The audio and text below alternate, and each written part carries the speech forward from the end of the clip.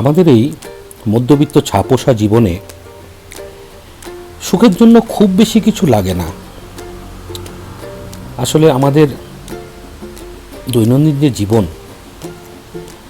সেখানে চাওয়া পাওয়া এবং জীবন সংগ্রামের এত বেশি সময়টা আমাদের নিয়ে নেয়, সেখানে দুটো দণ্ড যদি নিজেকে দিতে পারি, নিজের জন্য ব্যয় করতে পারি, সেটাই আমাদের কাছে অনেকটা রিভাইভ করে দেয়, আমাদেরকে পুনরুজ্জীবিত করে দেয়।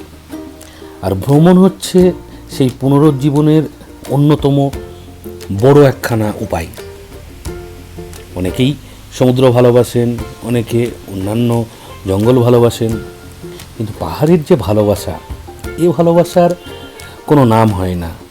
আর তা যদি হয় আমাদের দার্জিলিং বা হিমালয়ের এই অঞ্চলগুলো, কোথাও কত রঙের সাজানো বৌদ্ধদের যে পতাকাগুলো চার রঙা, তার সঙ্গে এরকম ঘন সবুজ বর্ষার পাহাড়, কোথাও পাইনের বন, কোথাও দেখা যাচ্ছে চায়ের বাগান, আর তার সঙ্গে কুয়াশা ঘিরে ধরছে, এই অন্ধকার করে দিচ্ছে, এই আবার রোদের ঝিলিক খেলে যাচ্ছে।